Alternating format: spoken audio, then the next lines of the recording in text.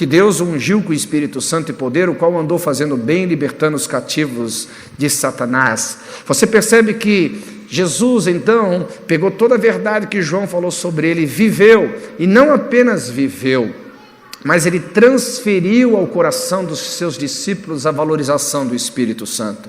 Aqui cabe nós mergulharmos um pouquinho mais neste conceito, porque muitos de nós também acreditamos que uma igreja altamente treinada vai ser altamente eficiente. Eu também concordo, treinamento faz parte da vida da igreja, mas eu quero te fazer uma pergunta: você considera Jesus um bom treinador? Sim ou não? Você concorda que os ensinos que Jesus fez e deu foram um dos melhores?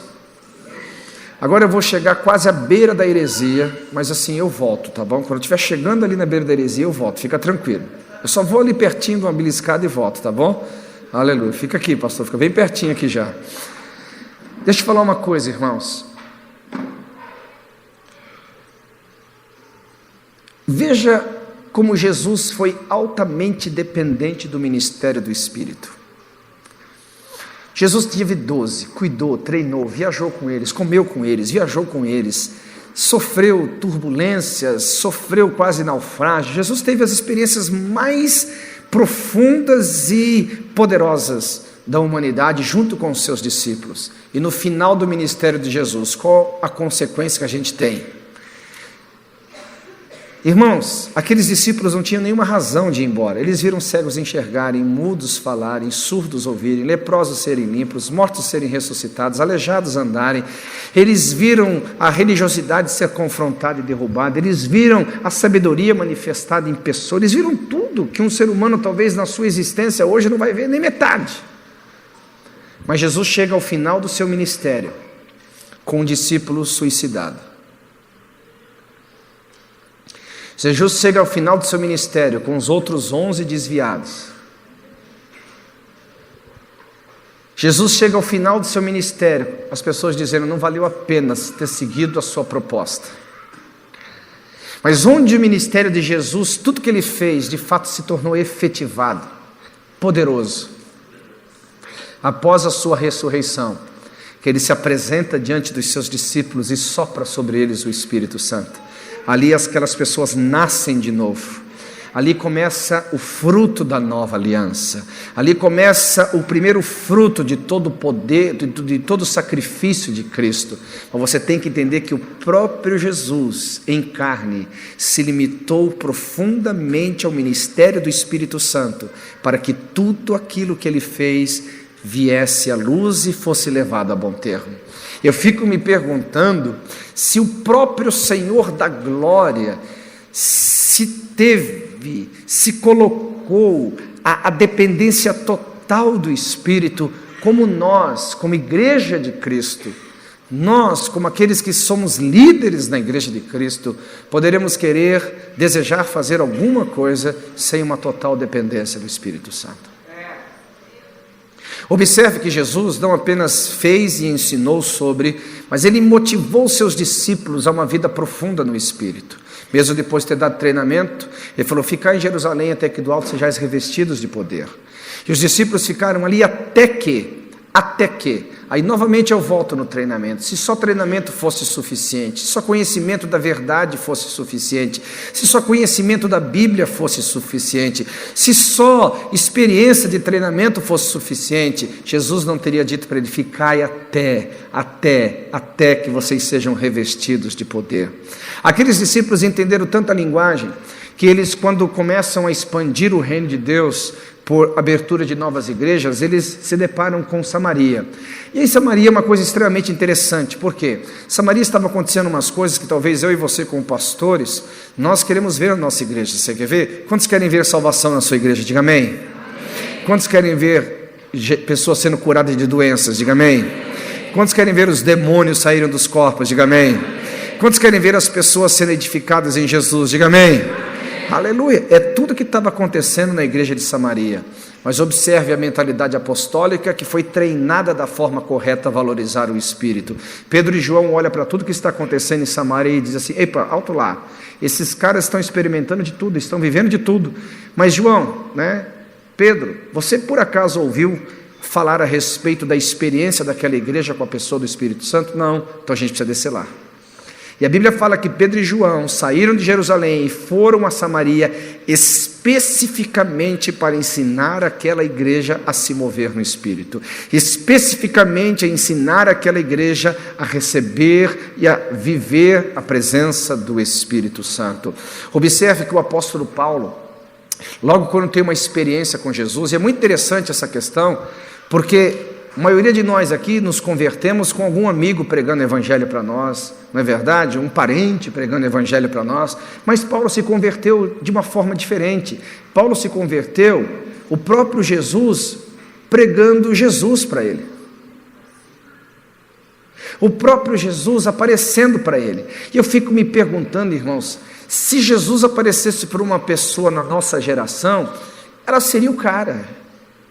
Mas observe que para a Bíblia, para as verdades bíblicas, só a experiência de ter visto Jesus não foi suficiente para Paulo manifestar a glória do seu propósito, do seu ministério.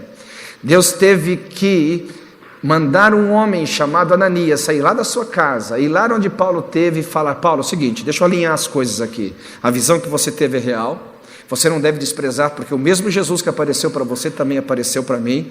Então você está alinhado com a verdade, não é coisa da tua cabeça. É como se Deus usasse Ananias para afirmar Paulo na sua experiência. Só que tem uma coisa, Paulo, você não vai conseguir viver em toda a sua intensidade, em toda a sua profundidade, em toda a sua extensão, o que Jesus propôs para você, senão numa vida cheia do Espírito Santo. Então Deus me trouxe aqui para que você seja curado e seja cheio do Espírito Santo. Aleluia! Aí você vê a igreja avançando, Pedro está com fome, e crente quando está com fome vê tudo, irmão, vê tudo, vê tudo, vê tudo. Não é verdade? Foi o que aconteceu com Pedro, ele começou a ver lençol que descia do céu. E Deus deu uma visão para ele a respeito da igreja aos gentios. Era muito desafiador para Pedro, porque vamos acreditar que Pedro estava ali entre 40 a 50 anos de idade, e todos esses anos ele tinha vivido dentro do judaísmo, num padrão judaico, numa religião judaica, no costume judaico, e agora Deus estava mostrando para ele que o evangelho iria sair do quintal do judaísmo e ia alcançar outros povos que não tinham manias judaicas, e parece que Deus estava indicando para Pedro que ele não estava disposto a conservar essas tradições no avanço da igreja. Só que Pedro, irmãos, teve uma dificuldade enorme de admitir aquilo ali, mesmo com a visão, mesmo com a voz falando com ele. Mas quem é que teve que entrar em ação para convencer Pedro a respeito daquele ministério? Quem é que teve que entrar em ação para dizer: Pedro, não despreze a visão, não jogue fora o que você está recebendo, é algo dos céus, é algo de Deus? A Bíblia fala, e o Espírito Santo falou para Pedro: recebei esses dois que estão aí. Quando Pedro chega na casa de Cornélio, Atos capítulo 10, ele vomita a sua tradição religiosa, dizendo: olha, você sabe muito bem que não é bom, não é normal, não é comum um judeu entrar na casa de um gentio, mas eu estou aqui porque Deus me mandou. E Deus então percebe que Pedro já estava falando algumas abobrinhas, acaba a reunião e derrama o Espírito Santo. Estou brincando, tá, irmãos? Aí você percebe, queridos, que a igreja aos gentios, ela se iniciou com o quê? Com uma experiência com o Espírito Santo. A igreja aos gentios, que somos nós somos os gentios salvos hoje. A primeira experiência com eles foi com o quê? Foi com a pessoa do Espírito Santo. Observe que o apóstolo Paulo, por exemplo, em Atos capítulo 19, quando ele chega em Éfeso, ele encontra ali 12 discípulos, ele pergunta assim: ei, qual o tamanho da sua igreja? Não foi isso que Paulo perguntou? Vocês estão numa onda de crescimento extraordinário, não foi isso? Paulo falou? Não foi, né? Qual é o sistema que vocês estão usando? Qual a visão que vocês estão praticando aí? Foi isso que Paulo perguntou para a igreja de Éfeso? Não. Qual foi a grande preocupação de Paulo? Alguém se lembra? Vocês já receberam o Espírito Santo quando vocês creram? Por que um apóstolo se preocupa com isso? Porque ele sabe que a sobrevivência, a saúde de uma igreja, a existência, a expansão de uma igreja depende mais do que nunca, de uma experiência e de um relacionamento profundo com a pessoa do Espírito Santo. Então Paulo pega eles da base que eles estavam, que era o arrependimento de João, introduz eles à doutrina do senhorio de Cristo e caminha com eles até uma vida cheia do Espírito Santo. A Bíblia então fala que a partir dali aquela igreja começa a transbordar, não apenas receberam sobre si e em si o Espírito Santo, mas agora estão transbordando e profetizando para os outros. Então você percebe que todo o avanço da igreja foi exclusivamente debaixo de uma vida profunda no Espírito, foi exclusivamente debaixo de uma unção poderosa no Espírito Santo.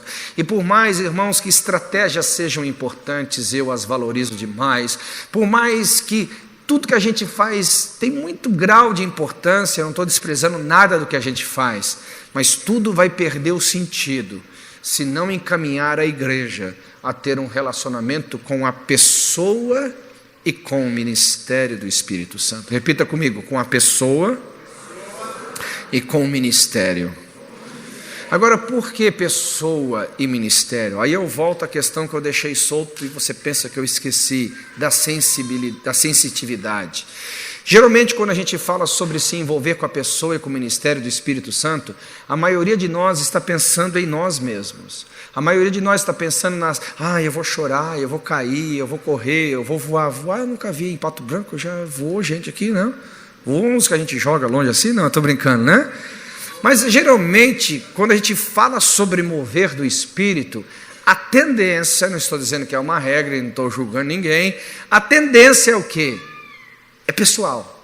Eu tremi, eu caí, é como fogo. Gente, isso faz parte, e eu não estou desprezando aqui, mas deixa eu te falar uma coisa. Todas as pessoas que ficam no seu relacionamento com o Espírito Santo só na área da sensitividade nunca conseguem crescer no seu relacionamento com Ele. Por quê? Você nunca vai ter um bom relacionamento com uma pessoa se você também não tem um bom relacionamento com a missão dela.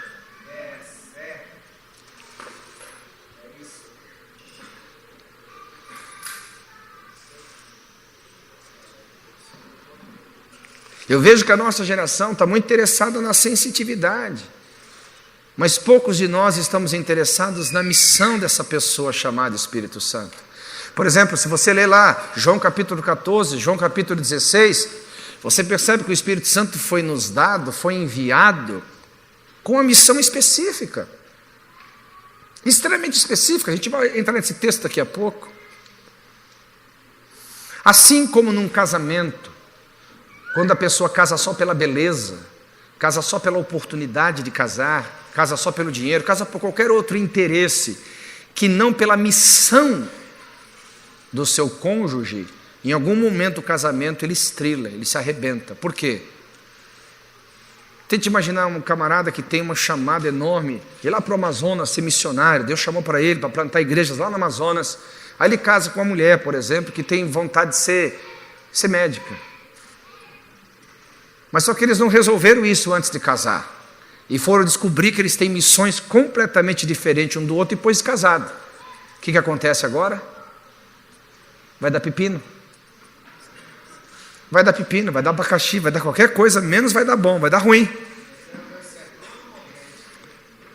Vai ser um problema sério, porque poucos de nós casamos com o propósito da pessoa, nós casamos com a beleza, nós casamos com qualquer coisa.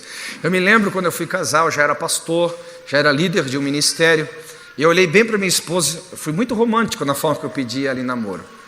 Olhei bem para ela assim e falei assim: olha, você sabe que eu sou pastor, eu não tenho tempo a perder, você quer casar comigo? E ela falou assim, foi mais louca do que eu quero. Agora eu falei, esse se eu quero, sabe o que significa? Sabe o que significa casar com um pastor? Você entende bem o que é casar com um pastor? Porque eu falei para ela, eu não estou disposto a abandonar isso aí não. Eu não estou disposto a abrir mão dessa missão. Você quer entrar nessa missão comigo, você está comigo? Ele falou, mas você quer que eu seja pastor? Eu falei assim, não quero que você seja pastor, não sou eu que mando nisso. Quem manda nisso aí é Jesus. Quem manda nisso daí é o governo dele, eu não posso mandar nada. Agora você, se não for chamada, nunca vai puxar a corda do lado ao contrário, tá ok? É só isso que eu quero de você. Que seja uma esposa, seja uma mulher, mãe dos meus filhos, seja uma companheira comigo, Ser pastor, você conversa com Jesus. Ela falou, não, se for para isso eu aceito. Eu falei assim, estamos casados hoje, maravilha, glória a Deus. Né? E um dia ou outro que ela começa a querer estrelar com o ministério, eu falei, eu te disse. Eu te disse. A questão é que nós, muitas vezes, não entendemos qual que é a missão do Espírito. E eu quero que você agora abra comigo o livro de João. Já que eu dei essa introdução, vou começar a pregar agora. É acampamento, né?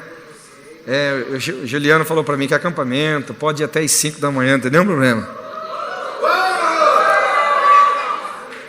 Mas eu não vou poder, alguém de vocês vai. Eu tenho uma viagem ainda hoje, eu tenho que ir para Goiânia. Quem achou aí João capítulo 16, versículo 8, diga amém. Vamos lá, eu quero que você leia para mim. Alguém, um jovem com uma voz de pregadora aí, vamos lá, ou de pregadora, fique em pé e leia bem alto para mim aí. É isso aí, gostei, Eliseu. Quando ele vier, convencerá o mundo do pecado, da justiça e do juízo. Vai lá. Do pecado, porque não crê em mim. Da justiça, porque vou para o Pai e não o verei mais. Do juízo, porque o príncipe desse mundo já está julgado. Amém. Deixa eu te fazer uma pergunta. O Espírito Santo vai vir ou já veio? Hã? Quem disse que ele já veio? Ele está aqui, não está aqui? As escrituras dizem que ele está aqui, não está aqui? Eu queria fazer uma pergunta, só uma brincadeirinha provocativa. Sabe aquela brincadeirinha provocativa que deixa os caras bravos? E por que a gente canta tanto, a gente ensina tanto quando ele vier, né? A gente não sabe o que fazer. Só estou brincando. Ele está aqui, irmãos. O Espírito Santo já está aqui conosco há 2000 anos. É isso aí. Ele está aí conosco há 2000 anos. Então essa primeira parte já se completou, ok? Quando ele vier, ele já veio. Ele está 2000 anos habitando com a humanidade. A minha questão é, quando ele vier, o que ele vai fazer? Convencer o homem do pecado. Essa é a primeira forma de você se relacionar com a pessoa e com o ministério do Espírito Santo. Vamos lá.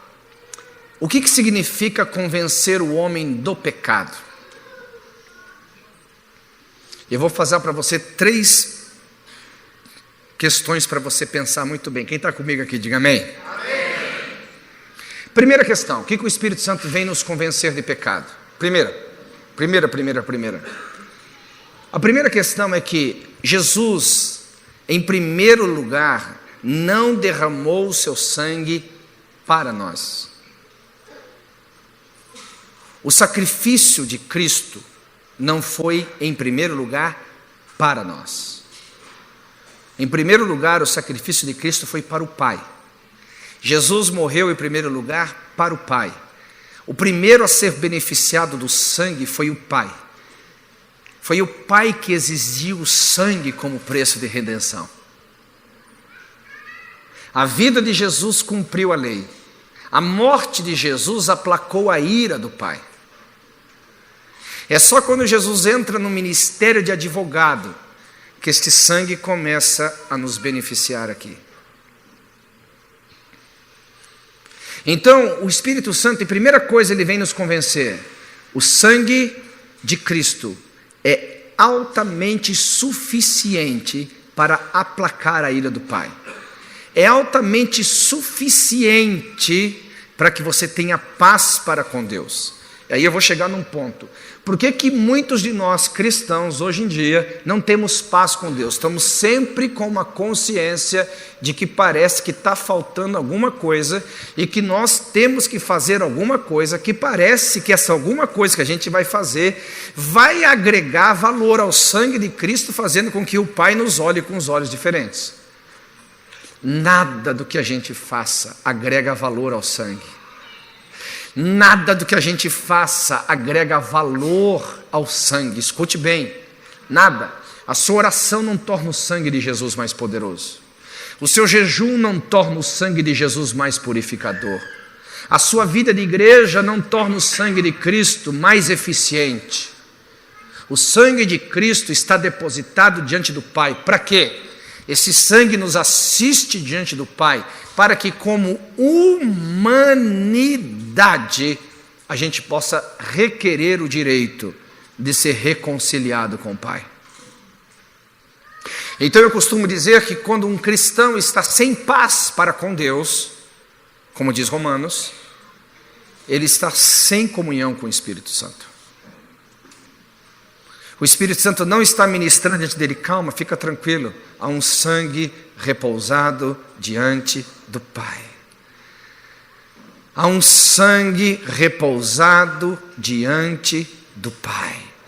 E esse Pai ainda continua sentado no trono, Ele continua ainda o Senhor do universo, Ele continua ainda na economia do universo, amém?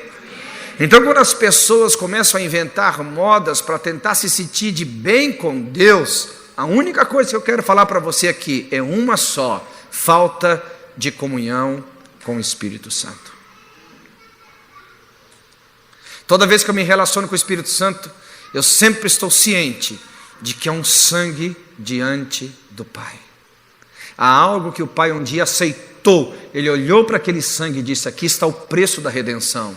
A injustiça foi feita, porque o salário do pecado é a morte. Quantos concordam comigo? Diga amém. Amém.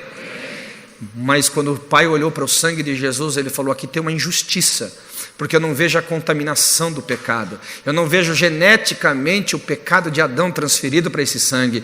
Então ele não deveria ter morrido, porque ele não pecou contra a lei, ele não pecou contra os homens, ele não pecou contra nada do que eu ordenei. E por que ele morreu? É uma injustiça. Agora, por causa do sangue derramado injustamente, por este sangue eu aplico a justiça, ou seja, eu dou o direito da humanidade ser reconciliada comigo.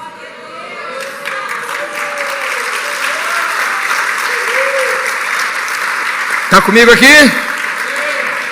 Bem, então quando esse sangue está diante do Pai, agora Jesus pode entrar como advogado. Aí que entra você e eu. Quando a gente chega pela fé e diz assim: eu reconheço o valor desse sangue, Espírito Santo. E eu reconheço que o meu sangue não é inocente.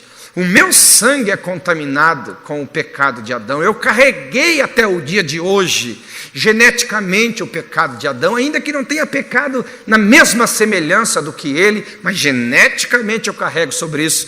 E eu quero te dizer: Jesus, eu me arrependo. Eu me arrependo. Aí Jesus, então, quando o advogado chega diante do Pai e fala: Pai, alguém pela fé reconheceu que o sangue foi aceito diante do Senhor. Então eu estou aqui como advogado requerendo o perdão dele. Aleluia. Aí Jesus pega o sangue que foi derramado para o Pai e usa em nosso favor. O sangue que foi aceito pelo Pai e usa em nosso favor. Por isso que ele continua dizendo a nós: nenhuma condenação há para aqueles que estão em Cristo Jesus, porque a lei do Espírito de vida nos libertou da lei do pecado e da morte, visto que era impossível a lei, se tornou possível a graça.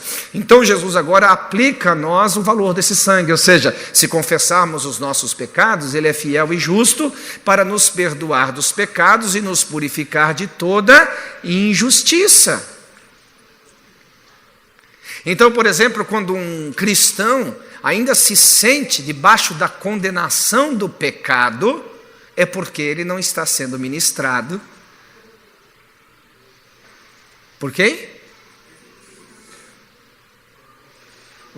Assim, foi meio com medo, não é verdade? Não é prova não, irmão. Fica tranquilo, não é prova de vestibular aqui não. Então, quando um cristão, ele confessa o seu pecado e os abandona, e mesmo assim ele começa a sentir condenação, o que está mostrando isso? Que o seu relacionamento com o Espírito Santo não está bom, porque o Espírito Santo vem nos convencer de pecado, não só de que nós pecamos, não só de que nós herdamos o pecado de Adão, é que esse pecado já foi resolvido diante do Pai. E que agora, pela fé e pela confissão, você tem direito à redenção, você tem direito ao perdão, você tem direito a não ser mais oprimido por Ele.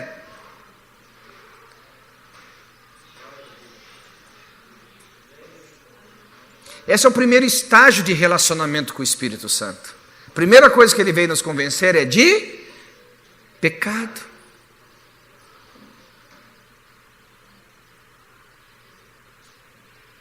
Eu me lembro uma vez que eu estava orando, e era uma fase que a igreja estava muito encharcada com a doutrina de quebra de maldição, né? Não é que eu não creia nisso, mas teve um tempo que estava um pouco exacerbado isso.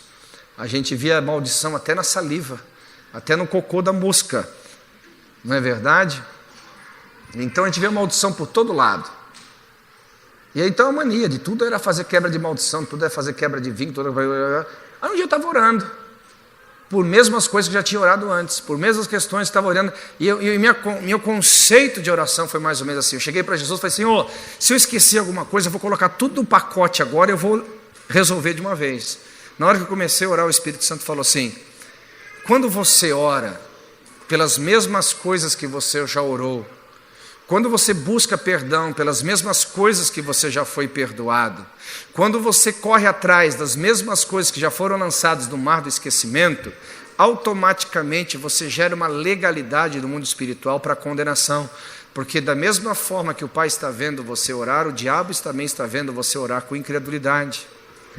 Porque quando você pede perdão por alguma coisa que já lhe foi perdoado, o que mostra? Que você ainda não se apropriou daquele perdão. É como um amigo que você perdoou ele do seu erro e da sua falha, mas ele nunca mais consegue se sentir seu amigo. É mais ou menos como o filho pródigo que, quando caiu ao juízo e viu a besteira que ele fez, ele quer voltar para casa, mas ele já não quer voltar mais como filho, ele quer voltar como servo. Então nós temos que tomar muito cuidado na nossa forma de lidar com as coisas, que brecha não é só fazer o errado, brecha pode ser deixar de fazer o certo. Você está comigo aqui ou não?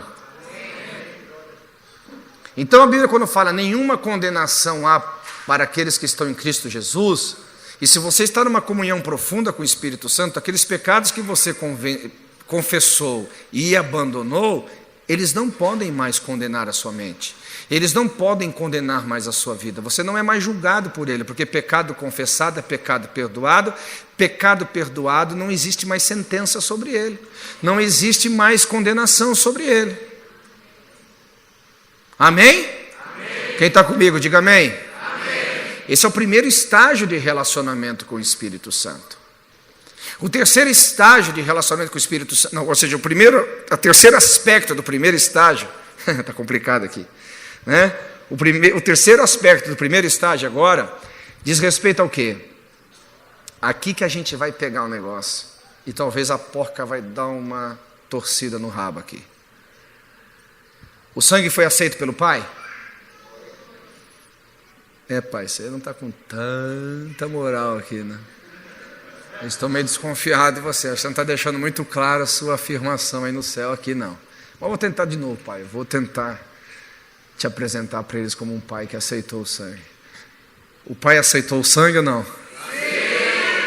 Você entende que o sangue tem poder então agora de perdoar você porque o Pai aceitou o sangue? Diga amém. Sim.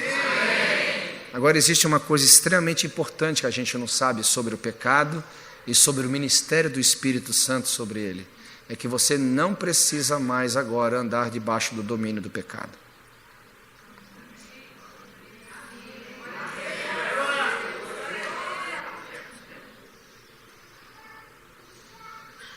E aqui muitas pessoas interpretam de forma muito errada o ministério de consolo do Espírito Santo. Vamos tentar criar um cenário aqui para vocês entenderem melhor.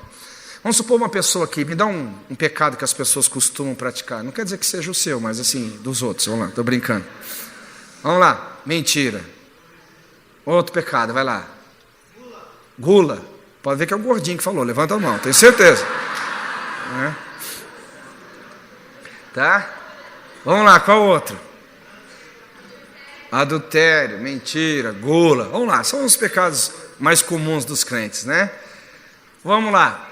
Vamos supor que a pessoa seja um jovenzinho que está no adultério, na fornicação, em alguma prática de pecado sexual. Vamos dizer que seja assim.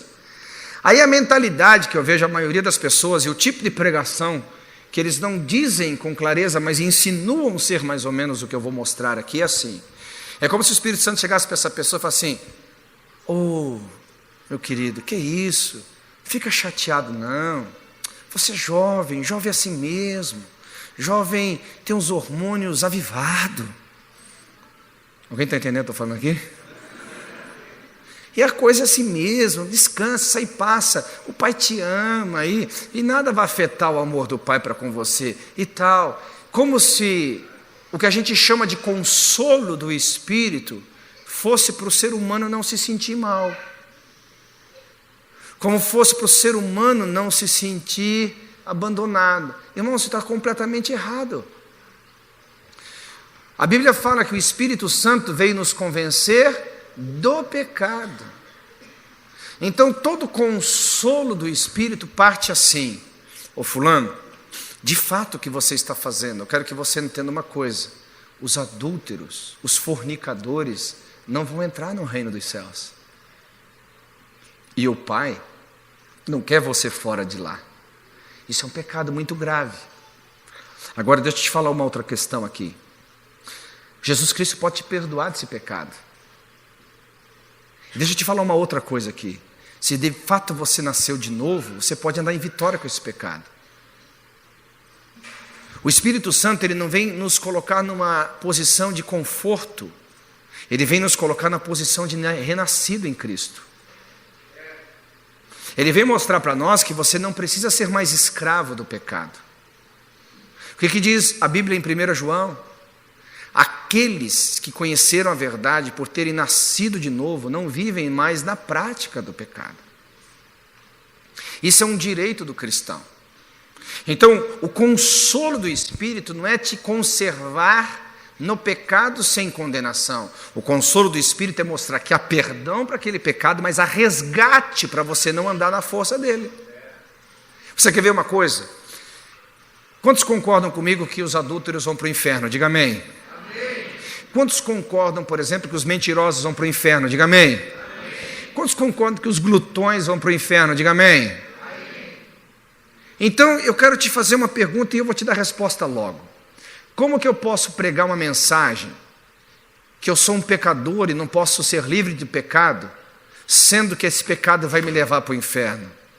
Essa pregação é meio dicotômica, ela é meio estranha, porque no mínimo ela coloca Deus como injusto. Porque no momento que eu prego que eu não posso ser livre do poder do pecado, e quando eu chegar no céu, Deus vai falar assim: você foi um adúltero, você vai para o inferno, eu vou acusar Deus e falar assim: não, como que eu posso ser culpado de uma coisa que eu não podia ser livre disso? Como que eu posso ser culpado por uma coisa que eu não podia andar em vitória? Vamos supor, por exemplo, que essa mesa pesasse 2 toneladas. E por alguma razão o pastor Juliano disse assim: Marcelo Jamal, levante essa mesa. Eu não posso, eu não aguento 2 toneladas. Não, você tem que levantar. Eu falei: não posso, não tem. Então você está condenado. Quem seria injusto aqui? Eu que não levantei a mesa ou o Juliano que está pedindo para eu fazer uma coisa que eu não posso fazer? O Juliano, é sério, ele está exigindo uma coisa de mim que está fora da minha capacidade. A mesma coisa, quando um cristão anda em adultério, quando um cristão anda em mentira, quando um cristão anda em glutonaria, que foram os exemplos que nós levantamos aqui, e ele busca uma justificação no sentido de que ele é pecador e não pode ser livre do pecado, e que o amor de Deus cobre os seus pecados e as suas falhas, ele está se auto-enganando. Está se auto-enganando ao ponto de mantê-lo na escravidão.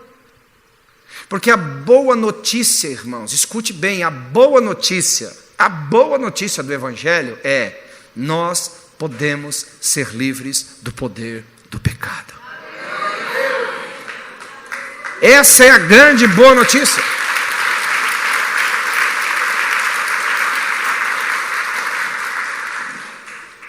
Então, quando a gente fala, presta atenção, quando uma pessoa que está na igreja há 5, 6, 10 anos, e ela ainda é adúltera, está 5, 6, 10 anos na igreja, ainda é mentirosa, 5, 6, 10 anos na igreja, ainda tem a glutonaria na sua vida, a questão aqui não é de fraqueza, a questão é de natureza. Porque se você não consegue andar em vitória sobre o pecado, e o pecado tem domínio sobre você, você só frequenta a igreja, você não nasceu de novo.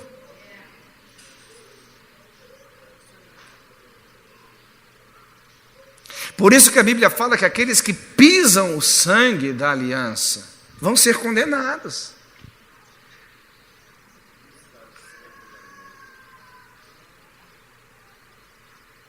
Amados, isso aqui é uma doutrina pesadíssima. Estou tentando passar para vocês de uma forma muito simples e praticável. Mas esse aqui é o primeiro ministério do Espírito Santo. Diga comigo, eu não posso me relacionar com uma pessoa se eu não me relaciono bem com a missão dela.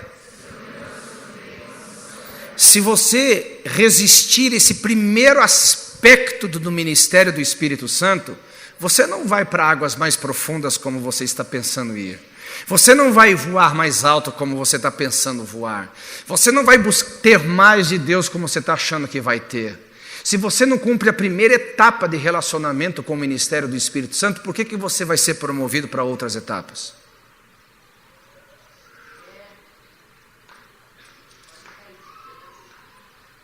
Não tem como. Você não pode ficar no seu relacionamento com o Espírito só com a questão sensitiva. Eu choro, eu rio, eu grito, eu pulo, eu canto. Não, isso faz parte. Faz parte. Mas não é só isso que Deus quer de nós. Não é só isso que o Espírito Santo espera de nós. Deixa eu te falar uma coisa, meu irmão. Você acha que Adão tinha a obrigação de pecar? Não. Você acha que Caim tinha poder sobre o pecado que estava assediando ele? Sim, o próprio Deus falou: eis aí o pecado está à sua porta, cabe a você dominá-lo. Deixa eu usar um exemplo mais prático aqui. Quem já foi idólatra aqui antes de ser cristão? Levante as mãos, deixa eu ver. Ô louco! É? Quanta gente foi idólatra aqui? Graças a Deus que Deus te libertou daí. Quantos hoje têm certeza da sua conversão? Diga amém. Deixa eu te fazer uma pergunta. Quantos de vocês que foram idólatra estão lutando hoje para não voltar para a idolatria? É uma tentação enorme. Ai, eu tenho que voltar para adorar beijar o pé do santo lá. Quem é que um dia chegou à revelação de que era mentira, a idolatria era um engano, e de que só Jesus era o Senhor, e hoje está lutando aqui para não voltar para a idolatria? Levante a mão aí. Olha quantas pessoas. Eu vi aqui mais ou menos umas centenas de mãos levantadas a mão que foram idólatras. Eu não estou vendo uma mão se levantando com relação à idolatria. Sabe por quê? Porque é neste nível que Deus quer nos levar em relação ao pecado.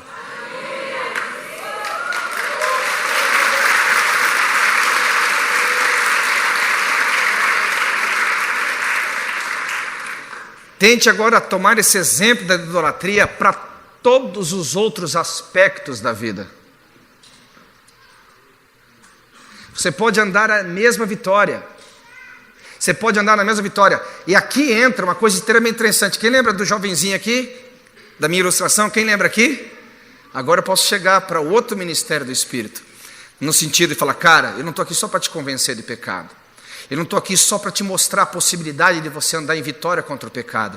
Eu estou aqui para estar junto com você, para te ajudar, para cooperar com você, não para apenas aplacar a tua consciência e te colocar numa zona de conforto. Eu estou com você para não permitir você ser mais escravo disso. Jesus pagou o preço para você ser escravo. Não, passou o preço para você ser livre. Ele não pagou esse preço para você continuar na derrota, mas na vitória. Aí vem esse tipo de pregação idiota, dizendo que Deus não tem problema com o pecado. Lógico que tem problema com o pecado, irmão. Se Deus não tivesse problema com o pecado, Ele conviveria com Satanás lá no céu. Ele expulsou Satanás lá do céu. Deus não tem problema com o pecado? Eu acho que tem. Se Ele não tivesse problema com o pecado, Ele teria convivido muito bem com o pecado de Adão no paraíso. Ele expulsou Adão do paraíso. Se Deus não tivesse problema com o pecado, Ele não teria destruído a humanidade, dando a Noé a revelação da arca. Que história é essa que Deus não tem problema com o pecado? Você quer ver o problema que Deus tem com o pecado? Que graças a Deus ali foi aplacado, é ver com toda a ira que Ele tratou o pecado sobre Jesus.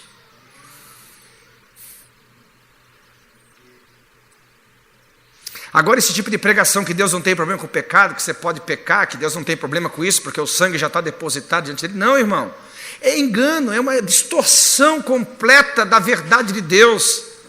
O sangue está diante do Pai para nossa libertação, mas ao mesmo tempo para nossa condenação, porque aquele que pisar e profanar o sangue da aliança não vai ter mais solução para ele.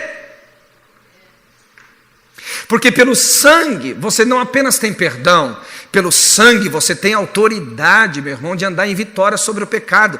E ainda mais se na caminhada em andar em vitória contra o pecado, por acaso, por alguma razão, por um deslize, por alguma coisa, você errar ou pecar, mesmo assim, você pode receber o perdão de novo. Aleluia! Ah, pastor, eu não acredito nessa teologia da impecabilidade, eu não estou pregando ela, eu estou pregando a doutrina da santidade. Ah, pastor, a mesma Bíblia fala, aquele que diz que não tem pecado se faz mentiroso. É verdade, se faz mentiroso mesmo. Agora, por favor, entenda antes de você falar alguma coisa. Quando a Bíblia fala, aquele que diz que não tem pecado, fala comigo, pecado. Se faz mentiroso. Porque o que o texto está dizendo? Todo aquele que diz que não nasceu em pecado, todo aquele que diz que não recebeu hereditariamente o pecado de Adão, é mentiroso, porque só teve um que não herdou o pecado de Adão, só teve um que não pecou, é Jesus. Então qualquer um que diz que não nasceu debaixo dessa semente, é mentiroso. Mas a Bíblia não está falando ali sobre você ser escravo do pecado. A Bíblia não está falando ali sobre você ser um pecador miserável. Quem nasceu de novo, diga amém. Você não é mais um pecador miserável, você é um santo, você é um redimido, você é uma pessoa agora diferente.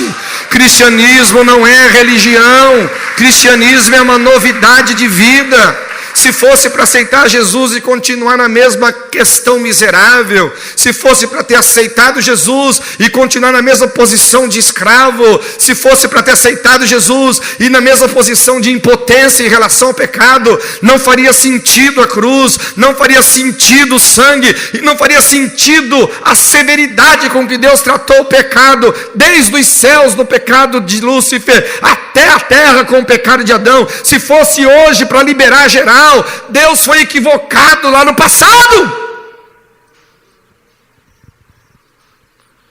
Porque se fosse para liberar geral hoje, eu teria liberado geral lá.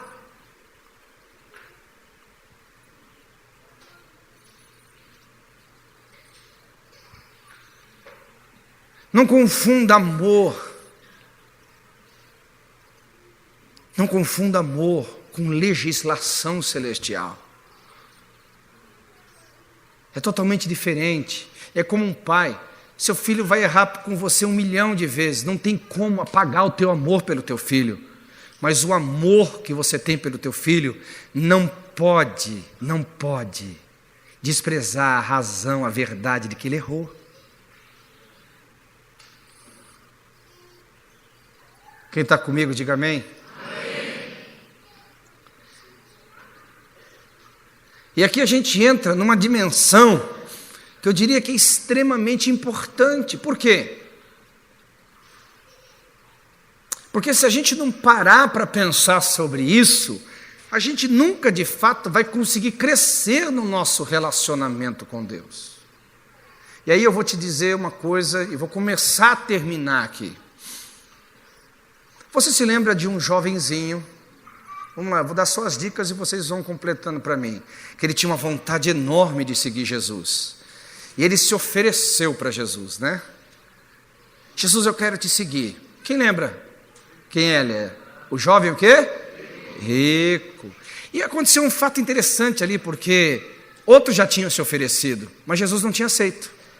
Por exemplo, lá de Gadara, de Decápolis, Jesus falou, não, você vai ficar na cidade. Você não vai me seguir. Mas por alguma razão Jesus amou, a Bíblia fala, Jesus amou aquele jovem. Jesus falou, pode me seguir. Aí ele fala, qual que é o preço? O que Jesus manda ele fazer? Cumpre todos os mandamentos. Aí ele estufou o peito assim, porque ele já olhou os 12. Ele estufou o peito assim. No mínimo já estou entre os 3 melhores. Porque desde a minha infância eu tenho cumprido tudo isso. Opa, parabéns. Agora vá. Jesus lida com a cobiça ali. vende todos os seus bens, dê aos pobres e volta. O que a Bíblia diz? Vamos lá, o que a Bíblia diz? Ele virou as costas e tristemente foi embora. Escute o que eu vou te dizer. Você não vai mais profundo de onde o seu senso de arrependimento chegou. Você não vai mais alto de onde o seu arrependimento já chegou. Você não se alarga mais em Deus de onde o seu arrependimento chegou.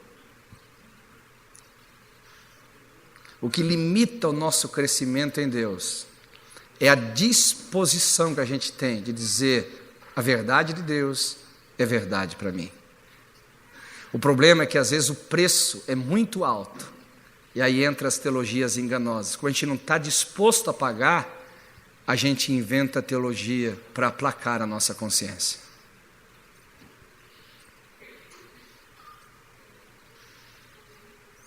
E começa a desconfigurar, desconstruir verdades bíblicas, como essa da santidade. Como essa de que os pecados de ontem, de hoje, de toda a eternidade estão perdoados. É fato, é verdade, Jesus não vai derramar o seu sangue de novo. Então, o problema em relação ao pecado, se durar o mundo mais 50 milhões de anos, o mesmo sangue vai estar assistido por nós. Mas isso não significa que não tenha nossa interação com o sangue derramado.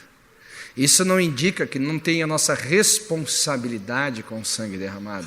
Isso não indica que não tenha forma como lidarmos com isso. O problema é que às vezes, por exemplo, quando o pecado de abandonar um adultério, de abandonar, por exemplo, uma pornografia, de abandonar uma mentira, ele é mais alto do que o preço que a gente está querendo pagar, a gente cai nessa graça desgraçada, falando de que não, Deus não tem problema com isso. E você se torna um escravo, não liberto. Aí eu pergunto, onde está o problema aqui? Está com a Escritura? Não. O problema está com a falta de relacionamento com o Espírito Santo. Porque se uma pessoa de fato está se relacionando com o Espírito Santo, ele não vai cair nesse engano. O Espírito Santo não vai permiti-lo ser escravo novamente de algo que custou um preço muito alto para ele ser liberto. O Espírito Santo não vai permitir o sangue de Cristo ser desprezado. Por isso que eu digo que, se nós não cumprirmos bem, no mínimo essa primeira etapa do nosso relacionamento com o Espírito Santo, não adianta querermos ir mais fundo. Quem está comigo, diga amém. Amém. Então aqui a primeira parte da mensagem eu preguei. Agora qual que é a segunda? A Bíblia fala em 2 Coríntios capítulo 5, que nós que nos convertemos, recebemos um ministério. Todo crente tem um ministério. Quem nasceu de novo, diga amém. Amém. Nunca mais diga que você não tem ministério. A Bíblia fala que Ele nos deu o ministério da reconciliação. Todo crente tem o ministério da reconciliação. Como se Deus, por nosso intermédio, procurasse reconciliar o mundo consigo mesmo. A questão é, como é que nós estamos exercendo esse ministério? E eu quero te fazer uma pergunta. Se o papel do Espírito Santo é convencer o homem do pecado, qual que é o teu papel em ser cooperador com a missão do Espírito Santo? Qual que é o seu papel em cooperar com Ele?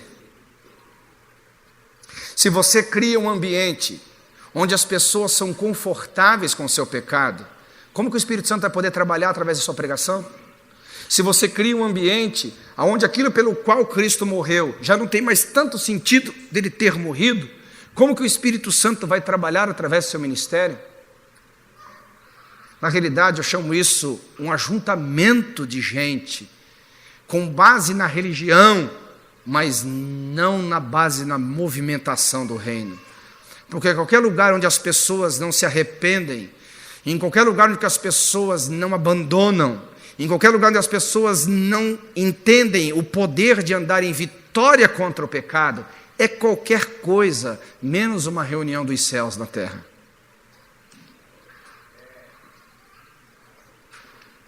O sucesso não é juntar gente, irmãos.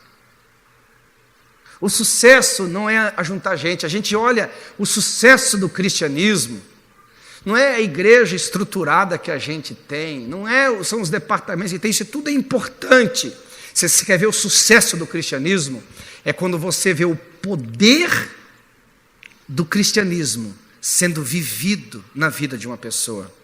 Paulo diz assim: não vivo mais eu, mas Cristo vive em mim, e a vida que agora vivo pela fé no Filho de Deus, que me amou. Aqui nós temos 3 ingredientes fortíssimos, que o cristianismo está produzindo resultado em nós, de que a verdade está implantando em nós. Primeiramente, a gente morre para esse mundo, não sou eu, mas quem vive aqui.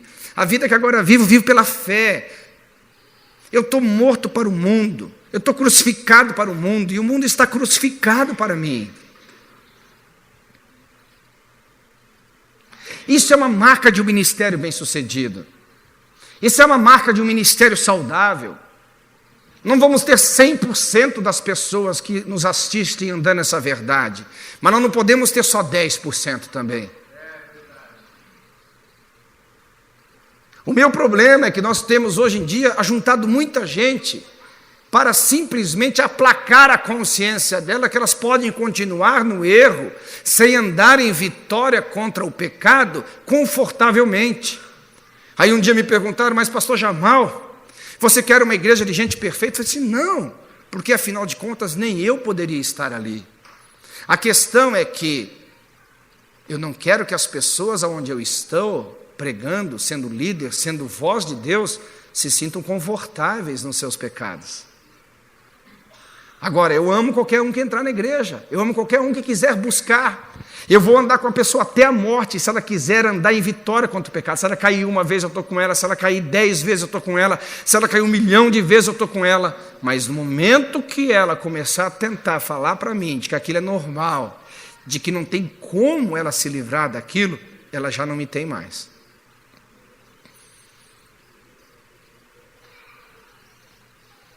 Quem está comigo, diga amém. Amém.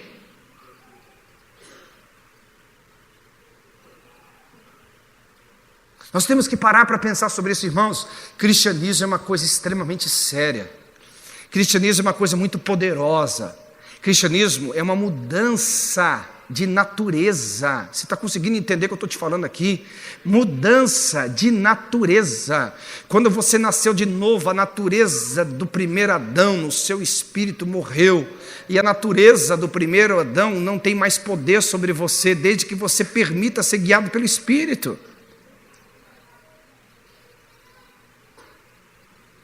Sede guiados pelo Espírito, e não satisfareis a concupiscência da carne. Vamos usar a idolatria aqui. Aqui entra uma nova fase do cristão. O cristão, depois que ele amadurece e ele começa a entender sobre o andar em vitória sobre o pecado, ele passa para um nível mais profundo em relação com o Espírito Santo. Não é agora simplesmente não pecar, mas é começar a produzir dentro dele o desejo de não pecar. Ele começa a trabalhar nas concupiscências. Quem foi um idólatra aqui, diga amém. Quantos de vocês não tem mais o desejo da idolatria dentro? Vamos? Diga amém. Olha só, porque morreu. Por que o diabo não te tenta com a idolatria?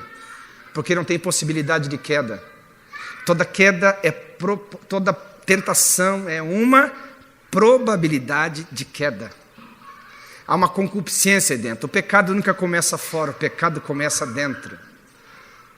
O que tem fora é um chamariz, o que tem fora é um convite.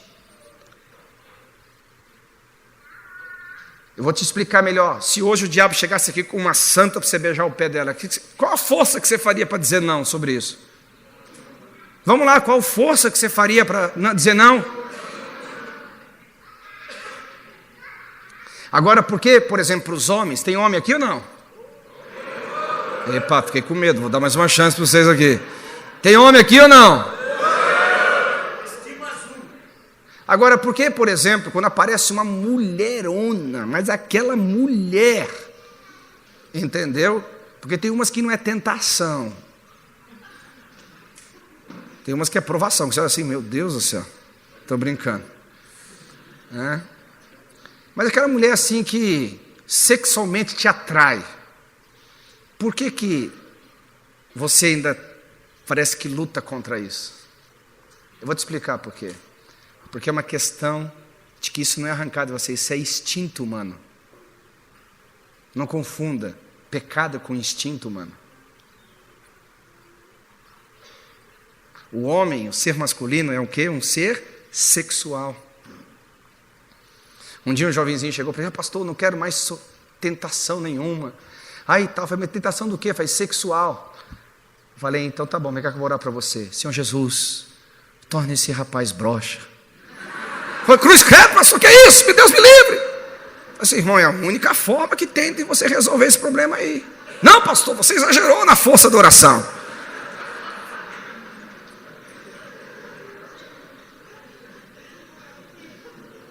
Por isso que a Bíblia fala: se você tem desejo sexual, case. Case. Agora, case com alguém que também tenha desejo. Alguém entendeu o que eu falei?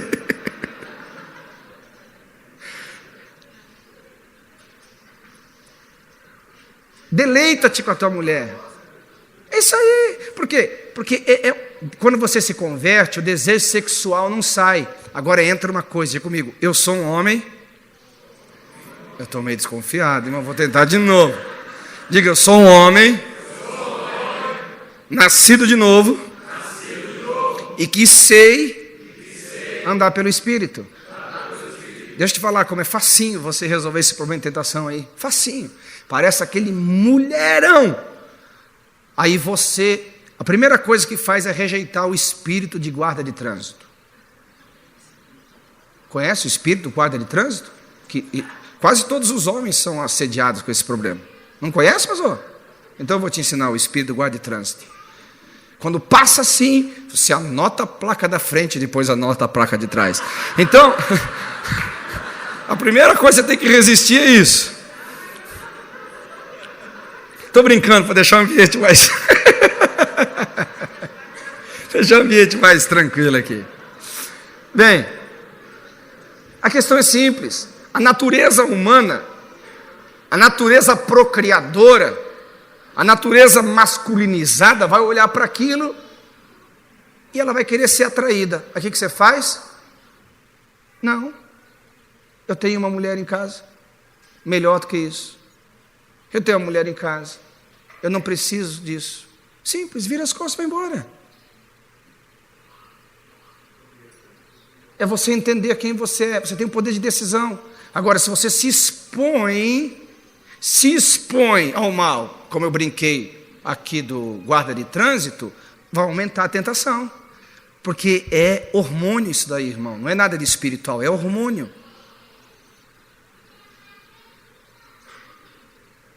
Vocês estão me olhando com o olho muito estranho.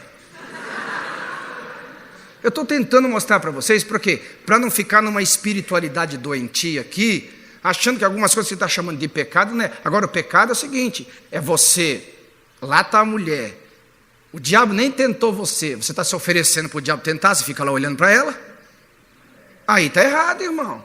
Aí tem um espírito errado na sua vida.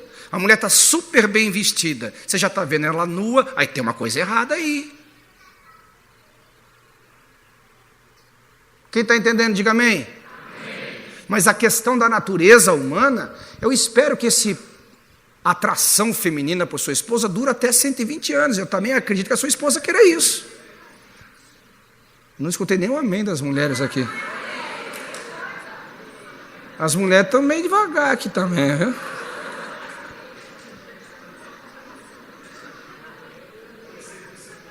Eu não senti um certo entusiasmo aqui feminino, não. É o primeiro da incredulidade, né? Os homens não acreditam que isso seja possível. Mas aqui eu estou tentando equilibrar o negócio.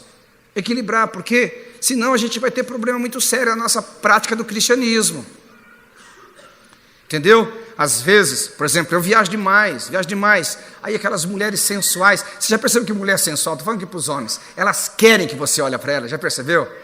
Aí eu faço assim para assim: eu não te dou gostinho, eu não te dou gostinho, eu não te dou gostinho, eu não te dou gostinho. E ela fica assim.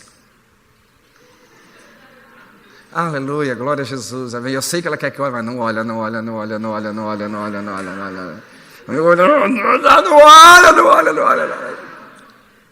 É que elas querem. Por que a mulher se veste como se veste? Porque ela quer. Por que geralmente as mulheres, quando começam a ficar muito velhas, caem em depressão? Porque elas não são mais atraentes.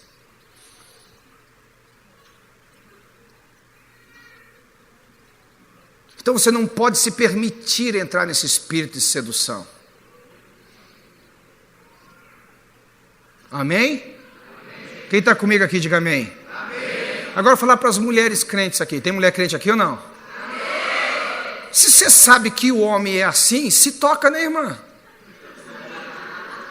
Se veste melhor, né? Aí ela vai para a igreja com uma saia. A saia do lado direito é crente. Começa lá em Gênesis. Sobe até aqui, ó, Apocalipse, aqui normal. Só que quando ela vira aqui do lado esquerdo, que ela anda, que o rasgo da saia começa em Gênesis e para em 2 Timóteo. Aí não dá, né? Aí não tem homem que aguenta, irmão. Ele está orando com ele fechado, mas o outro abre assim. Não tem.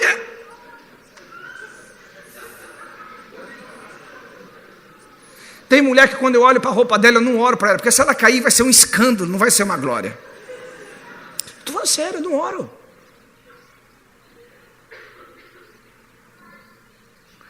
É uma questão de sobriedade, é uma questão de entender a natureza humana. Deus nos criou assim. E as mulheres têm que entender que o homem é atraído pelo quê? Pela aparência. As mulheres sabem, por isso que elas se vestem como se vestem. Elas querem aparecer como que está, porque elas querem atenção.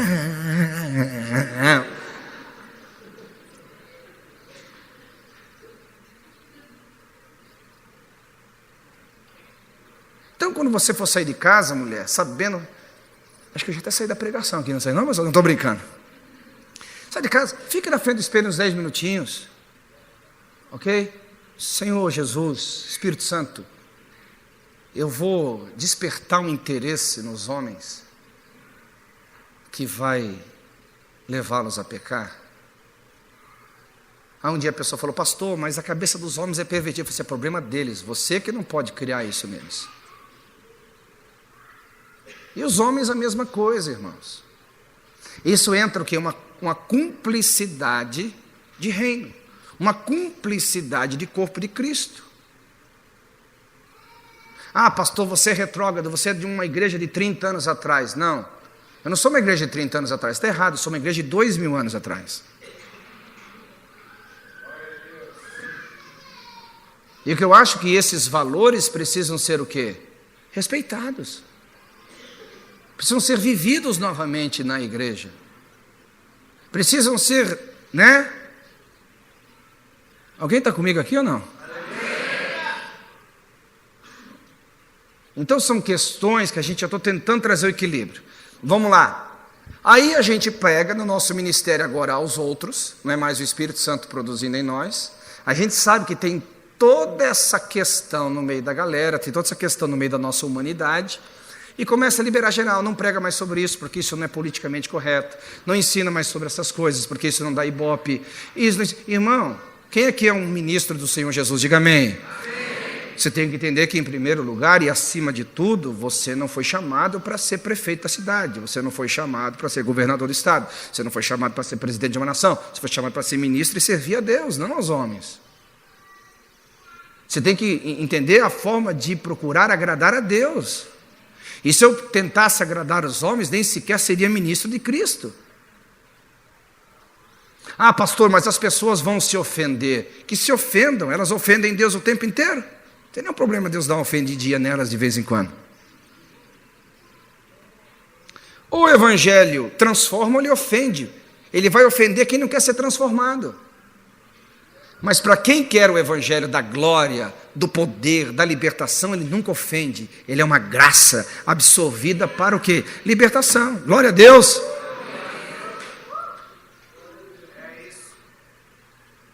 Agora, se a gente não cooperar com o Espírito Santo, imagina agora você como ministro do Evangelho, criando um ambiente na sua nação, criando um ambiente na sua cidade, criando um ambiente onde o Espírito Santo não pode convencer mais as pessoas, porque a sua pregação nem sequer considera mais o pecado algo a ser tratado. Como que o Espírito Santo vai trabalhar por intermédio do seu ministério?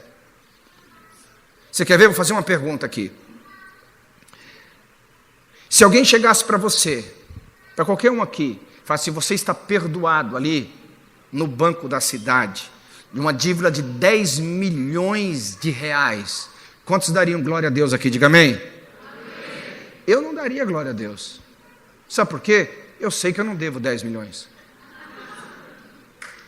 Não devo dar glória a Deus, porque não devo 10 milhões. Quem que deve 10 milhões aqui? Diga amém. Ninguém deve 10 milhões aqui. Você só se arrepende daquilo que você sabe que errou, irmão.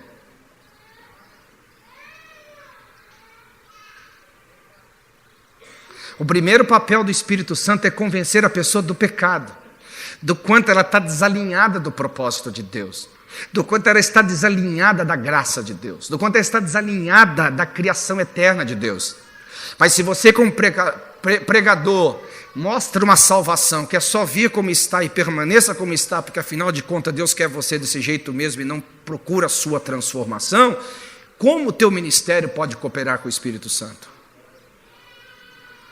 Aí chega João pregando o quê? O evangelho do arrependimento. Aí chega Jesus pregando o quê? O evangelho do arrependimento. Aí chega Pedro pregando o quê? O evangelho do arrependimento. Chega Paulo pregando o quê? O evangelho do arrependimento. Aí chega eu pregando o quê? O evangelho da supergraça.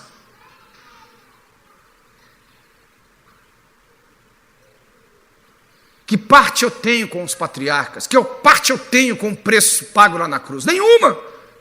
E se eu não tenho parte lá, o Espírito Santo também não tem nenhuma obrigação de trabalhar por intermédio do meu ministério. Porque você tem que entender uma coisa: o Espírito Santo não trabalha por intermédio de pessoas, ele trabalha por intermédio de propósito, entendido por pessoas.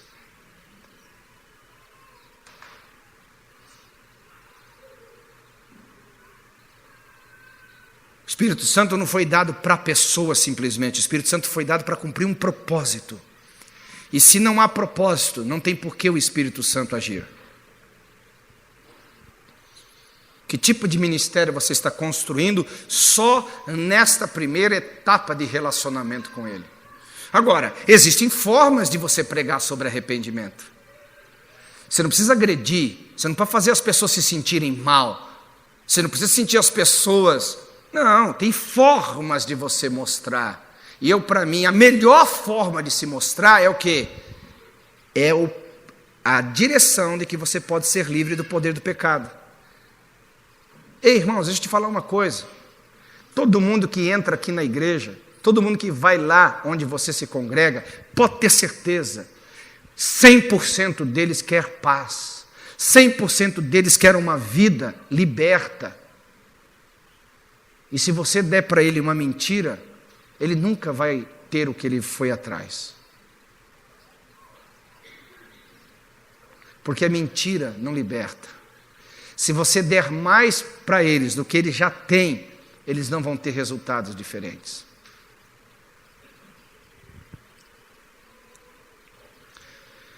Jesus, quando curou um doente, o que ele disse? Vai e não te peques mais. Jesus não poupou de falar do pecado. Quando Jesus perdoou a mulher adúltera, o que ele disse? Valeu, hein? Agora liberou geral. Não foi assim? Não. O que ele falou? Vai e não peques mais. Tudo que você for pensar. Vai e não peques mais para que não te suceda coisa pior. Qual é o nosso medo de falar sobre pecado? Qual é o nosso medo de lidar com isso com clareza? Esse é o primeiro ministério do Espírito, ele veio nos convencer de pecado. Escute, ouça-me com atenção, principalmente os pastores que estão aqui. Vocês vão ter que conservar, vocês vão ter que alimentar as pessoas da forma que vocês atraírem elas. Se vocês atraírem as pessoas por evento, o dia que não tiver mais evento interessante para elas, vão embora. Se vocês atraírem elas por uma estratégia, o dia que tiver outra melhor, eles vão atrás daquela. Mas o dia que vocês atraírem as pessoas por Cristo, e que eles entrarem pela porta do arrependimento no reino por intermédio de Cristo, e enquanto Cristo estiver do lado de dentro, governando, eles não têm motivo de ir embora, eles não têm motivo de questionar. Da mesma forma que você atrai, você vai ter que alimentar as pessoas.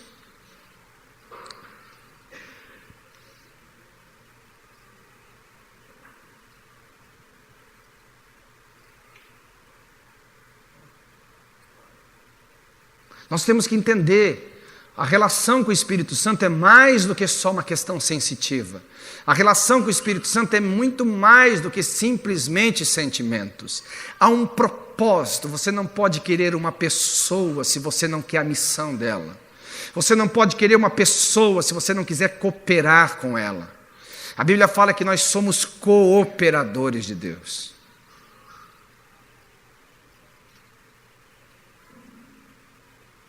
Isso é uma questão muito séria, extremamente séria. Eu não vou pregar, mas eu vou deixar uma dica aqui, porque daí, sabe quando o pregador gosta de um lugar, ele se convida, não é verdade? Eu vou só dar a diquinha, depois eles me chamam outra vez, eu prego sobre isso. Aí o Espírito Santo entra no segundo estágio. Ele começa a dizer para você assim: você está convencido do pecado? Sim. Agora eu quero te convencer da justiça. O que é a justiça? Ele vai mostrar para você agora a sua nova realidade de vida, ou seja, a realidade da nova criação. No que você se tornou? Agora o Espírito Santo não vai apenas te resgatar de um mundo de pecado.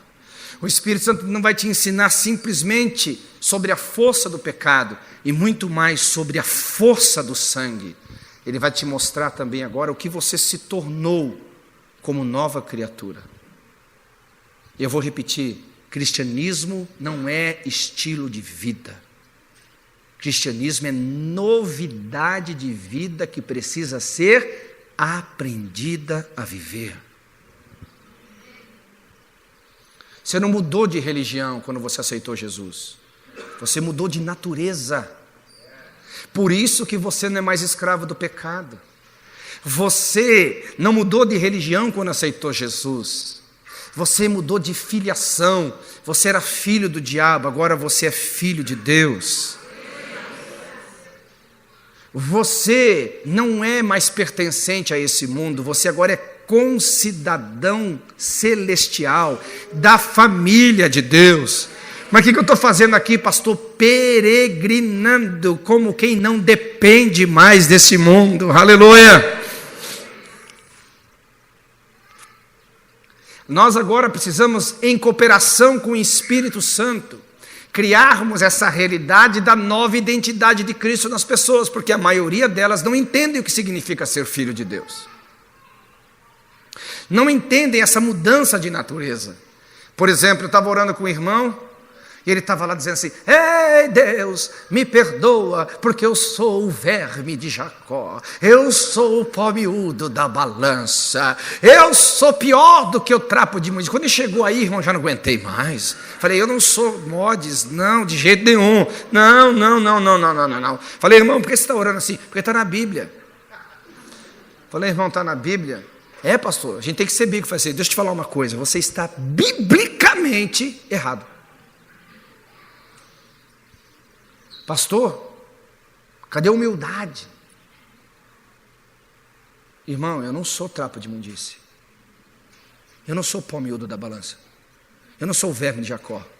Eu sou filho de Deus. Eu sou herdeiro em Deus. Eu sou co-herdeiro em Cristo Jesus. Eu sei quem eu sou em Cristo Jesus.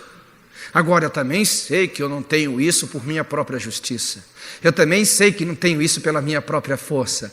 Isso foi me dado gratuitamente mediante a fé. Porque eu sei que quando eu recebi Jesus, eu mudei de natureza. Eu deixei de ser amaldiçoado para ser abençoado. Eu deixei de ser um derrotado para me tornar um vitorioso. Eu deixei de ser escravo para ser liberto. Eu deixei o passado para ter um futuro glorioso. Amém? Nós não desenvolvemos a realidade da nossa nova natureza e não entendemos quem somos em Cristo Jesus.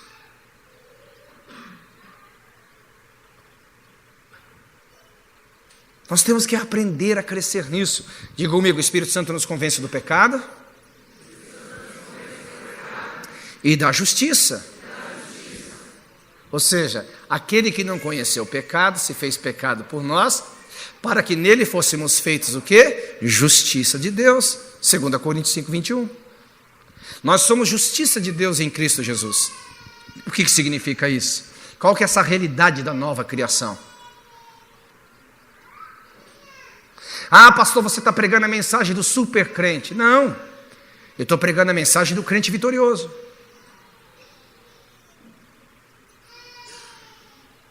Escute bem o que eu vou te dizer. Quem aqui é a igreja de Cristo? Diga amém. Amém. E quem está lutando para andar em vitória? Diga amém. Está errado. Quando Jesus estabeleceu a sua igreja, Ele não estabeleceu a igreja para vencer. Ele estabeleceu a igreja mais do que vitoriosa. A igreja não está aqui para medir forças. A igreja aqui está para estabelecer governo. Aí você não entendeu? A igreja não está para medir forças. A igreja está para estabelecer governo. Quando Jesus estabeleceu a sua igreja, Ele estabeleceu sobre a justiça cumprida, Ele ressuscitado e assentado acima de principados e potestades. É essa a igreja que você faz parte. É essa a posição. Quem que está lutando para ser vitorioso aqui? Diga amém. Por Ele nós somos o quê? Mais. Sabe por que é mais? Porque você desfruta de uma vitória que não dependeu da sua força, que não dependeu da sua inteligência, que não dependeu da sua capacidade, que não dependeu de nada do que você podia ter feito ou de nada que você irá fazer. É uma apropriação. Eu estou fundido com Cristo, eu me tornei um só espírito com Ele, eu sou justiça nele, aleluia. Eu estou assentado com Ele lá em vitória, eu estou reinando com Ele em vida, eu estou pisando serpentes e escorpiões, eu sou aqui o dedo de Deus, a autoridade de Deus. Alguém pode glorificar o Senhor de verdade aqui?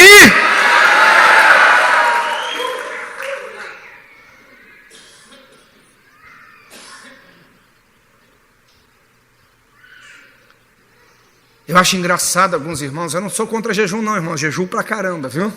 Dá pra ver que eu sou magrinho, quase 50 anos, magrinho ainda. Jejum muito, mas eu nunca jejuei para ser vitorioso. O meu jejum não acrescenta nada ao que Cristo fez. O jejum é para mim.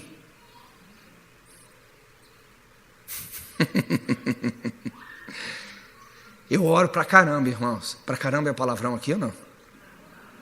Não, né? Então tá bom. Eu oro muito, vai. Deveria orar mais, mas eu oro bastante. Mas eu nunca orei para ser vitorioso. Me dá um texto na Bíblia que fala que você tem que orar para ser vitorioso.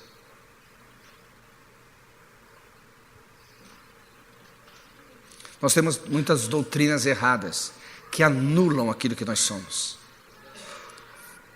A oração é uma ferramenta, é uma arma poderosa para você exercer autoridade, exercer comunhão com Deus, exercer o seu governo sobre a terra.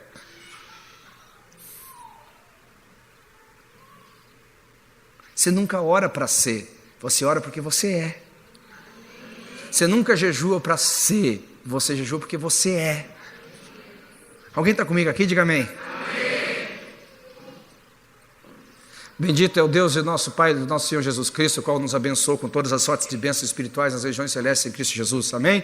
Repita comigo. Bendito é o Deus e Pai do nosso Senhor Jesus Cristo, o qual nos abençoou, o qual nos abençoou, o qual nos abençoou, o qual nos abençoou, o qual nos abençoou. Eu não preciso correr atrás de bênçãos, eu já sou abençoado em Cristo Jesus. Eu já sou, não há nada que eu possa fazer para ser, eu já sou. Tudo que eu faço é para me apropriar, tudo que eu faço é para viver aquilo que Cristo fez por mim na cruz do Calvário. Isso muda completamente a forma de se ver em Deus. Uma vez ouvi um pregador dizendo: o Pai falou para Jesus: filho amado, O pai estava afirmando a identidade de filho em Jesus. Será que tem gente que não pode ler a Bíblia um pouquinho antes de pregar? Um pouquinho só, nem precisa ler muito. A Bíblia fala assim: e aquela voz não foi proferida por minha causa, senão por vossa causa.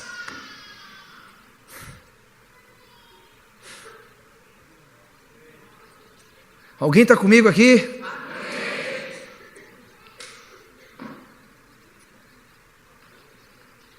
E a mesma legalidade de ser chamado filho de Deus foi te dada. Jesus foi nos dado como sacrifício, como o unigênito. Fala, unigênito. E ele ressuscitou como? Gente, você não está entendendo o que você está falando. Não, você não está entendendo o que você está falando. Quem aqui aceitou Jesus? Diga amém. Quando ele morreu como? Ressuscitou como? Por que primogênito? Quem são esses mais? Quem são esses mais?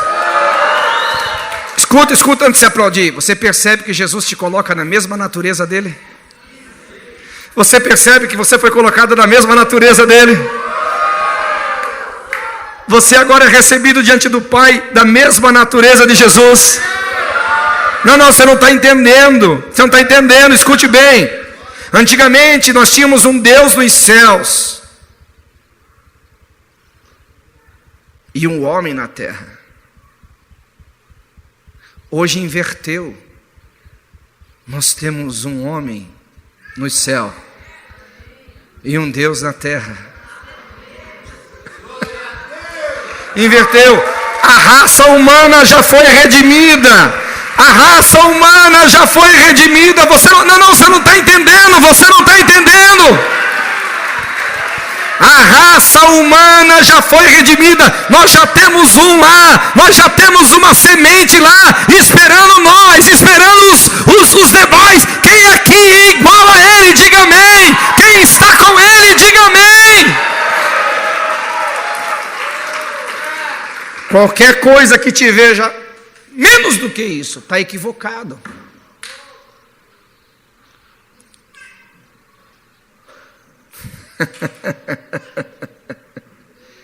É a realidade da nova criação.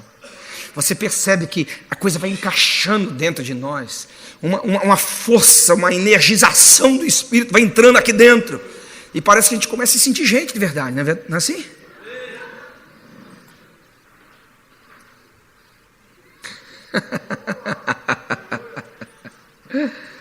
Eu vou parar por aqui, senão não tem mais pregação para quando eu voltar. Quantos foram edificados aqui, diga amém. Amém. Agora tem pano para manga. Tem assunto para mais de metro aqui para a gente conversar. Mas pensa numa verdade verdadeira. Eu vou terminar falando sobre isso e a gente vai orar. Quantos concordam que eu preguei uma verdade bíblica? Diga amém. Amém. A maioria, pelo menos, graças a Jesus. Sempre tem um outro espírito de porco aí, mas ainda bem que ele ficou quietinho. Bem, vou te perguntar de novo, até gostei do amém agora. Quantos concordam que eu preguei a verdade bíblica? Diga amém. Isso é muito importante, mas ela ainda não é libertadora. Isso aqui ainda não é libertador. Isso é só uma exposição da verdade. Você só está sendo exposto a ela. E a exposição é um nível extremamente importante, mas não altamente libertador ainda. Não altamente transformador ainda. Por quê? Repita comigo, a verdade, para ser libertadora, a verdade, para ser transformadora, não basta ser verdade. Tem que ser verdade para mim.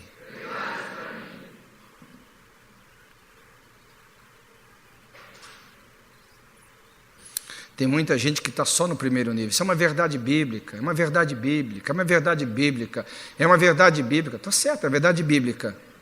Só que não produz nada em você. Porque não é uma verdade bíblica que é verdadeira para você. E só o Espírito Santo pode te convencer. O meu papel acaba aqui. Ainda que eu falei pelo Espírito, ainda que eu falei baseado na verdade, ainda que eu falei com Deus me assistindo dos céus, só tem efetivação que eu fiz aqui, se você se render ao ministério do Espírito e permitir que esta verdade seja verdade para a sua vida.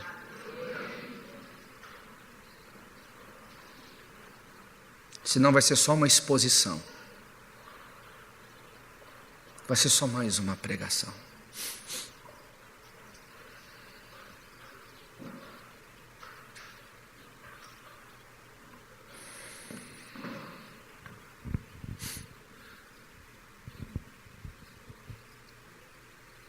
Você não precisa ser mais escravo.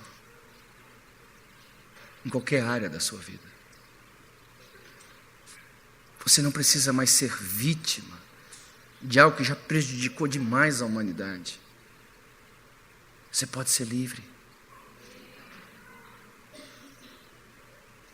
A partir do momento que essa verdade for verdadeira para você, diga comigo: conhecereis a verdade. E a verdade libertará. O que é isso?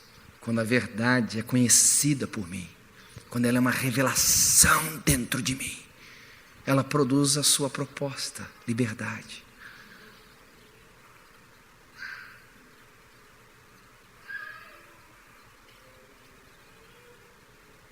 Amém? Amém? Eu quero fazer a coisa de forma gentil aqui.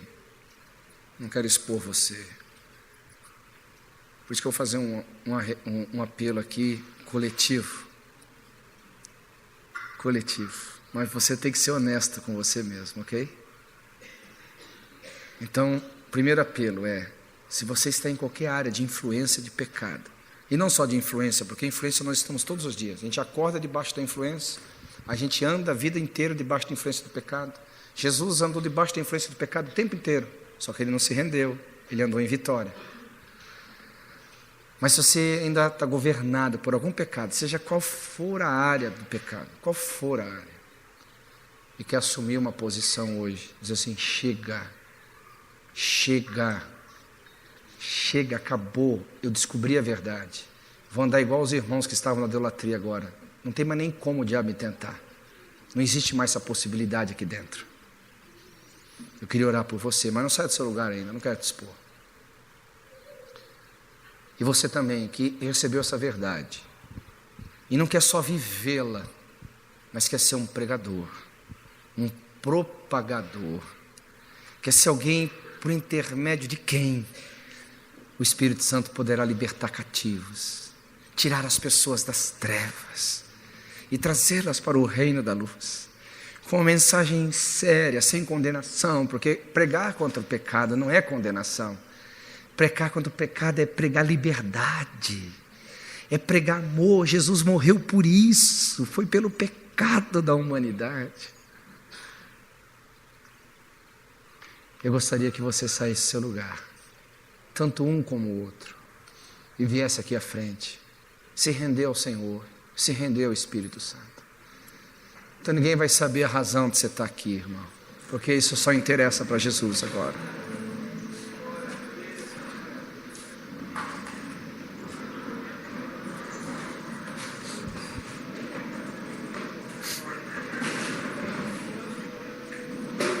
Vamos cantar alguma canção. Uma canção que fala sobre entrega ao Espírito, sobre alguma coisa assim, ok? Sobre envolvimento com o Espírito Santo, alguma coisa nessa direção. Eu não sei o que você vai fazer agora. Você sabe a razão que você veio para frente. Mas seja verdadeiro, seja honesto, seja profundo, seja intenso, intenso, intenso, intenso, intenso. Se você quiser se ajoelhar, se você quiser se jogar pelo chão, se você quiser, faça o que você quiser. Você não tem obrigação. Pastor, por que eu vim aqui na frente? Por duas razões. Primeiro, você que veio aqui para se arrepender de pecado, a sua vinda até aqui está quebrando toda uma estrutura de orgulho, de vaidade. Por isso você saiu de lá. Eu preciso mesmo. Segundo, você veio para cá porque você quer entender mais da verdade, ser propagador dessa verdade. Significa o quê? Sair da sua zona de conforto, assumir um compromisso. Vir à frente significa isso, não é só um ato sem simbologia, sem verdade por trás dele. Então nesse exato momento eu gostaria que fosse você e Deus. Exceto que se Deus te der uma palavra de conhecimento para ajudar alguém, orar por alguém, liberar uma palavra sobre ele, tirando essa possibilidade que é bem possível que aconteça, eu gostaria que você fosse muito profundo em Deus agora. Muito profundo. Numa entrega mais profunda que você foi até hoje. De análise profunda no Senhor. Do seu cristianismo, da sua vida com Ele, da sua valorização da pessoa do Espírito Santo. Mais do que qualquer sensitividade, ainda que possa vir, porque eu não desprezei em nenhum momento isso.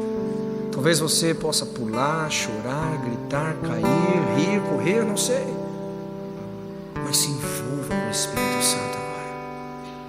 Se envolva, se for ficar quietinho, sem falar nada, se for essa forma que você se relaciona com Ele, faça isso. Mas não fique na superficialidade. Por amor a você mesmo, não fique na superficialidade. Interaja com o que Deus construiu aqui essa noite. Interaja com o que o Espírito Santo construiu aqui. Há um ambiente para a sua liberdade. Há um ambiente para a sua edificação. Há um ambiente para a manifestação da glória. Há um ambiente para uma novidade de vida se manifestar. Oh, Jesus. Vamos.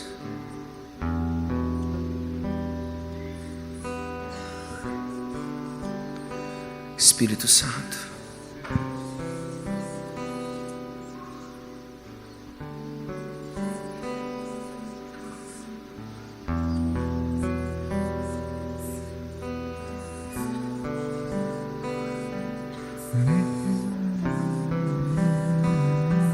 no jardim, tua humildade colocou jardim em mim. Se eu vendesse tudo que tenho, em troca do amor eu falharia.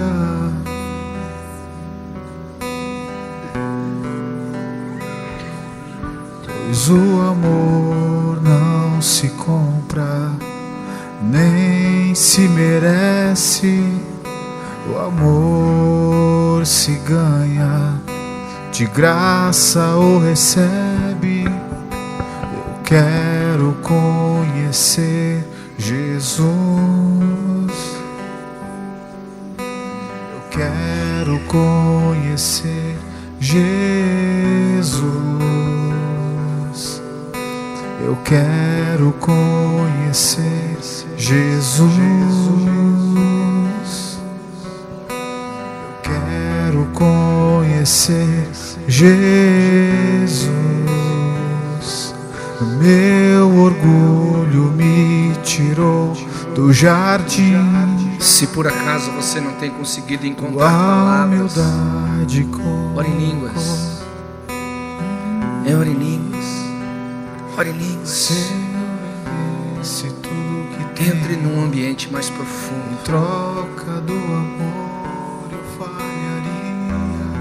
Peça para o Espírito Santo vir e revelar a sua nova posição em Cristo Jesus. Pois o amor, você já não é mais alguém comum nessa terra. Você é nascido de novo. Você é um filho de Deus agora. Você tem que ocupar essa posição. De graça o recebe. Você não é mais um ser humano normal. Você é um ser humano nascido de novo, com as mesmas influências, mas agora podendo andar em vitória. Você pode andar em Ser vitória. achado nele eu quero. Você pode andar em vitória. Ser Jesus. Você pode andar em vitória. Eu quero Acredite nisso. conhecer Jesus. Quando o pecado bater na sua porta, ele vai bater. Ele vai bater. Não tenha medo. Diga: eu posso andar em vitória. Cabe a mim dominá-lo. Cabe a mim dominá-lo. Cabe a mim dominá-lo. Cabe a mim dominá-lo. Eu posso dizer não. Eu tenho governo da minha vida agora. Eu não sou mais escravo. O escravo não tem controle. O escravo não tem opção. O escravo é devedor. Mas eu não sou mais escravo. Eu sou filho.